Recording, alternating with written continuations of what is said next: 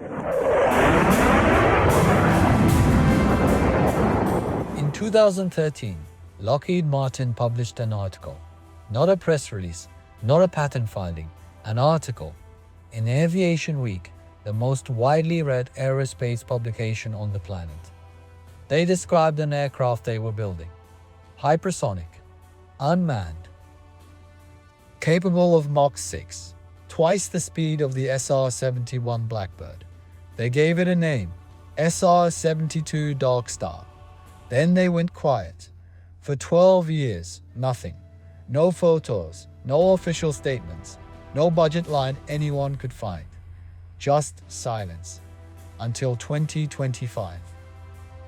When the United States Air Force published a video, an official video, and in the background, for less than 3 seconds, something appeared that wasn't supposed to be there. That 3-second mistake is what we're talking about today. Because what it confirms changes everything about what America has been doing in secret for over a decade. Before we dive into this topic, welcome to Jetgine, where we continue to break new ground in military aviation. Now, to support us, please like the video and subscribe to the channel. Now, let's dive in. What the SR-71 left behind. Before we talk about what's coming, we need to talk about what was lost.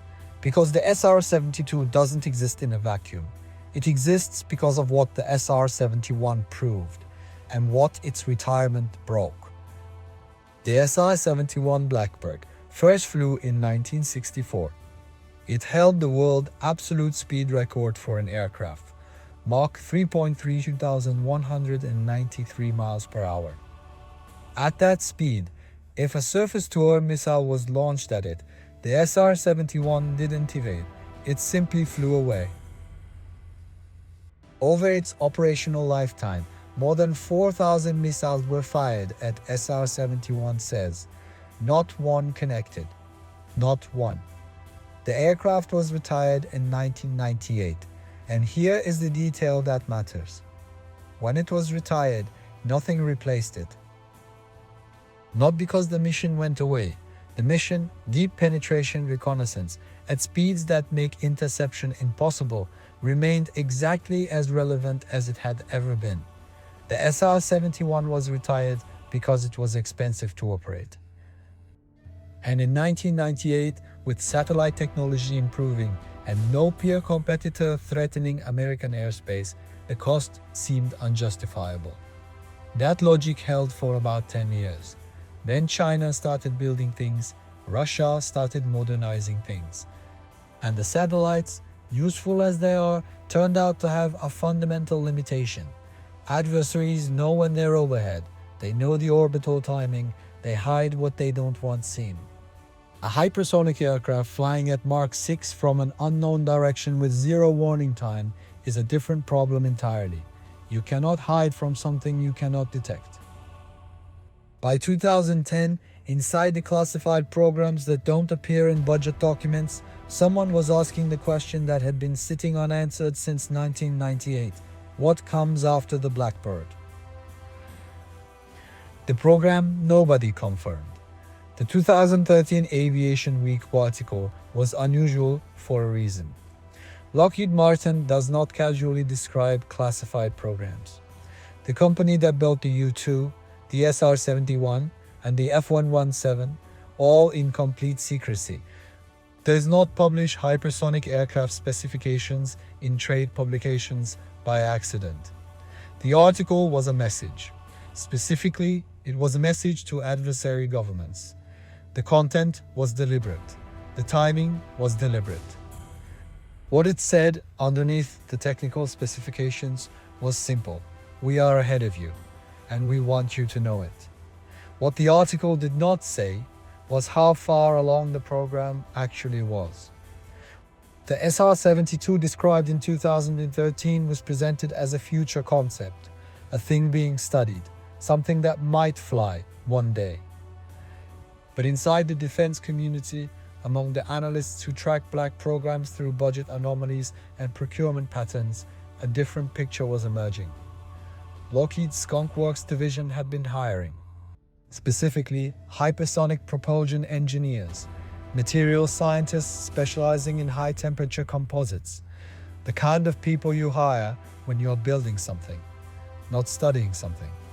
In 2017, a small demonstrator vehicle was reportedly tested over the Nevada desert.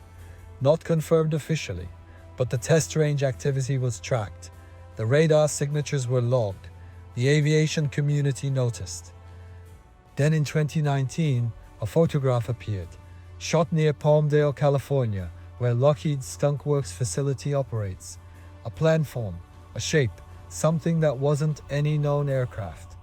The image was studied, analyzed, debated, and quietly, never officially addressed by anyone in the Air Force. The silence itself was a signal. When the Air Force doesn't know about something, they say so. When they know about something they can't discuss, they say nothing at all. The 3-second mistake. In 2025, the United States Air Force released a heritage video, a production celebrating the history of Air Force intelligence, surveillance, and reconnaissance. Officially unclassified, cleared for public release. Posted to official channels. At approximately the 4-minute mark, in the background of a shot inside what appears to be a briefing room, a display screen is visible. On that screen, for less than 3 seconds, is a planform image of an aircraft. No identifying text, no label, just a shape. The shape is not the B-21, the shape is not the F-35. The shape is not any aircraft in the publicly acknowledged inventory. The aviation community noticed within hours. Screenshots were taken. The image was analyzed against every known aircraft silhouette, against the 2013 Lockheed Aviation Week diagrams, against the Palmdale photographs from 2019. The match was not perfect. It never is. These are partial images of classified vehicles, but the characteristics were consistent. The planform geometry, the chine lines, the absence of vertical tail surfaces. The Air Force did not pull the video. That matters. If the image had been a genuine accidental disclosure of something truly classified, the video would have been gone within hours. It wasn't, which means one of two things. Either the image was of something mundane that the aviation community misidentified, or the disclosure was not entirely accidental. And here is where it gets interesting, because this is not the first time the Air Force has allowed a controlled glimpse of something that wasn't supposed to exist yet.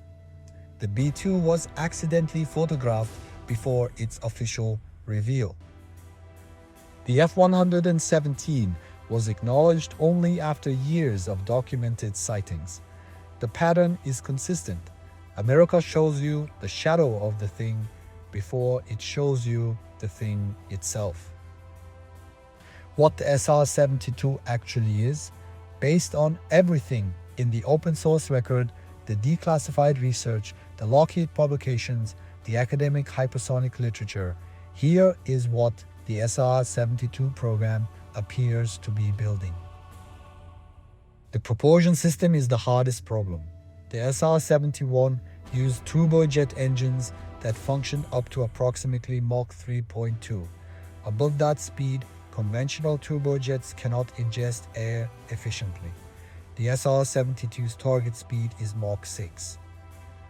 At Mach 6, you need a different engine entirely, specifically a turbine-based combined cycle engine, a system that operates as a turbojet at lower speeds and transitions to a scramjet, a supersonic combustion ramjet above Mach 4 or 5. This transition, the point where one propulsion mode hands off to another at hypersonic speeds, is one of the hardest engineering problems in aerospace. It has never been done in an operational aircraft. Lockheed partnered with Aerojet Rocketdyne on this propulsion challenge. That partnership was publicly announced. You don't publicly announce propulsion partnerships for aircraft that aren't being built. The materials are the second hard problem. At Mach 6, the leading edges of the aircraft, reach temperatures above 2000 degrees Fahrenheit. The SR-71 used titanium specifically because it could handle the heat of Mach 3. Mach 6 requires something else entirely. Ultra-high temperature ceramics, carbon-carbon composites, materials that exist today but have never been integrated into a flying vehicle at this scale. If those two problems have been solved, and the budget anomalies and hiring patterns suggest someone has been working on them for 15 years, then what the Air Force video briefly showed is something genuinely new. Why it matters? Here is why the SR-72 is not just an interesting aerospace story. It is a strategic argument, made in metal and speed. Modern air defense, the systems China and Russia have invested decades building, is designed to defeat aircraft that can be tracked, aircraft that spend time in the threat envelope, aircraft that can be calculated, predicted, intercepted. An aircraft flying at Mach 6 spends approximately 8 minutes crossing a continent. From detection to intercept, assuming a detection happens at all, the response window is measured in minutes, possibly seconds. No current operational air defense system in the world is designed for that problem. That is deterrence. Not the deterrence of overwhelming numbers. Not the deterrence of nuclear capability. The deterrence of a capability so fast, so high, so invisible, that the act of building a defense against it is almost mathematically impossible. The SR-71 proved this concept for 30 years. The SR-72, if it is what the evidence suggests it is, proves it for the next 30. The Blackbird pilots used to say something. When the missile was fired at them, they didn't maneuver.